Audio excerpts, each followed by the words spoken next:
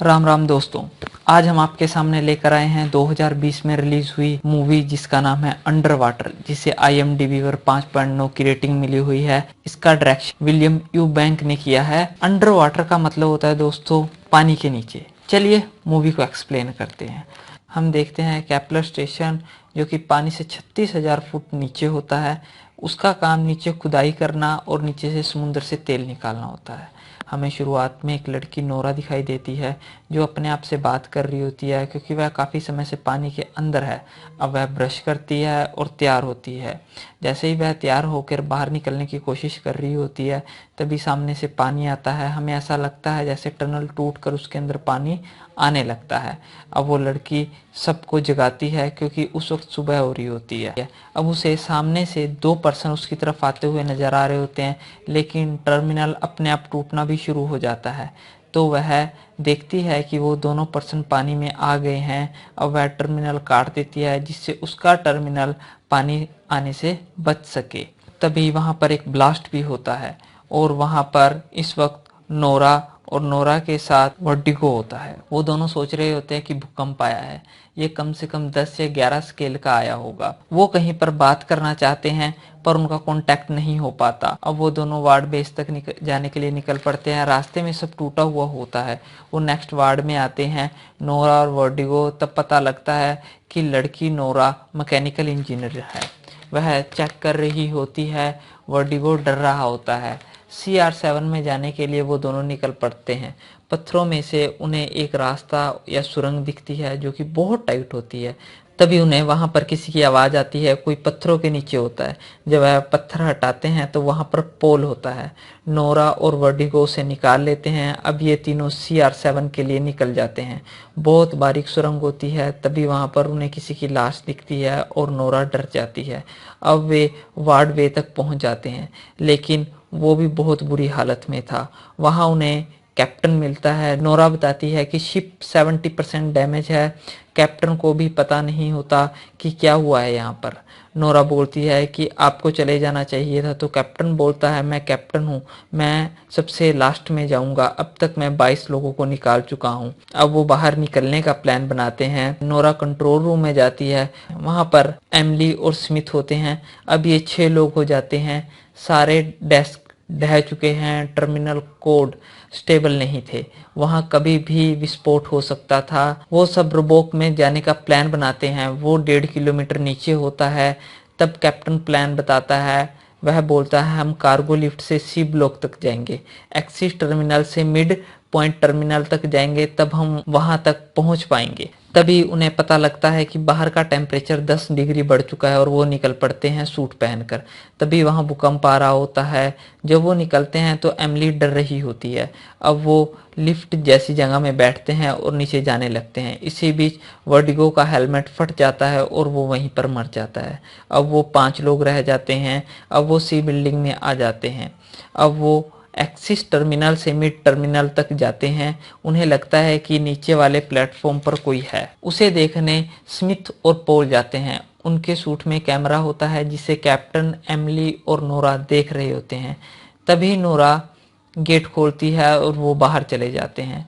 वो बाहर देख रहे होते हैं। उन्हें बाहर कुछ दिख नहीं रहा होता। तभी नोरा कंप्यूटर में देखकर बोलती है कि वह चीज तुम्हारे सामने होनी चाहिए।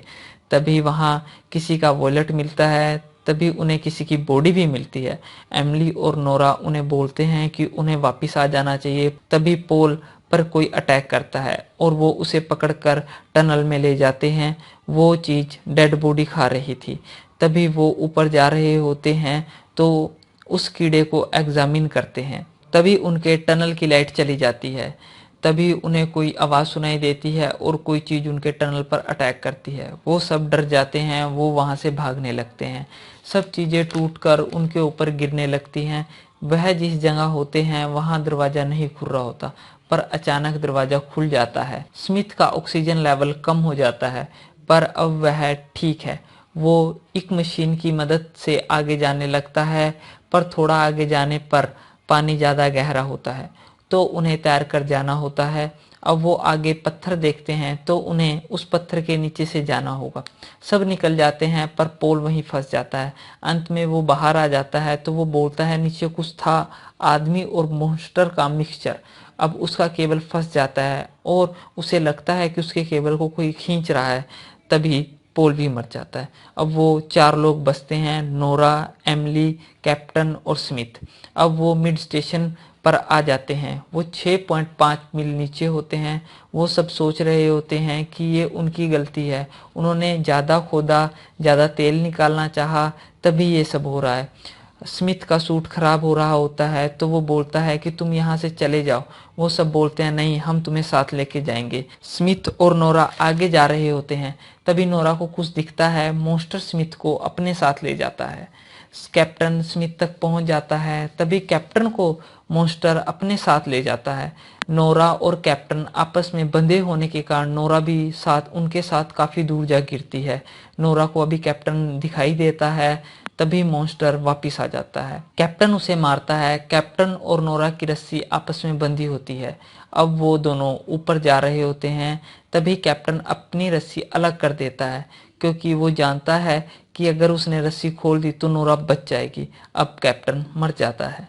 नोरा को वो मॉन्स्टर फिर दिखाई देता है। नोरा को अब अपने सामने स्फेरड ड्रिल दिखती है। वो अंदर चली जाती है। वो एमिली और स्मिथ से लगातार कांटेक्ट करने की कोशिश करती है, लेकिन उनसे कांटेक्ट नहीं हो रहा होता। नोरा मैप देखने लगती है, तभी उसे वहां पर बंदूक दिखती है। अब वह बंदूक लेती है और निकल जाती है।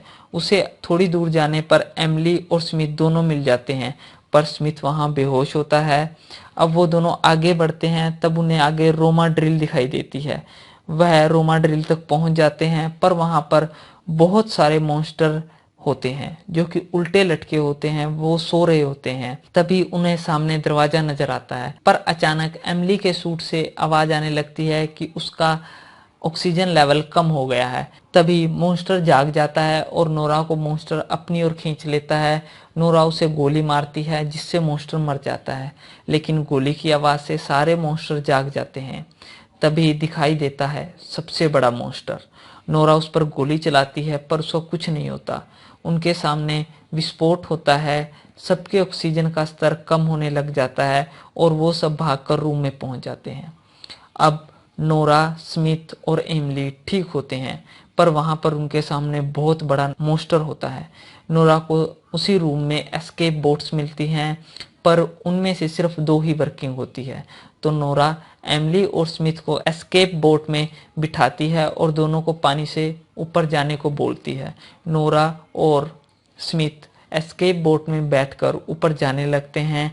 नोरा को सामने मॉन्स्टर दिखाई देता है। नोरा उन दोनों को मॉनिटर पर ट्रैक कर रही होती है, ताकि जब वहां पर एक्सप्लोजन हो तो वो दोनों बच जाएं। जब वो दोनों अटैक की रेडिएशन से बाहर चले जाते हैं तो नोरा कोर को ओपन कर देती है, जिससे वह मशीन चलने लगती है। अब कोर 60 सेकंड में फट जाएगी, जिससे नोरा मर जाते हैं और हमें पता लगता है कि एक्सीडेंट में सिर्फ 2 ही लोग जिंदा बचे हैं और अंत में सब तबाह हो जाता है, सिर्फ 2 ही लोग बचते हैं। तो दोस्तों, ये थी अंडर वाटर की स्टोरी। धन्यवाद।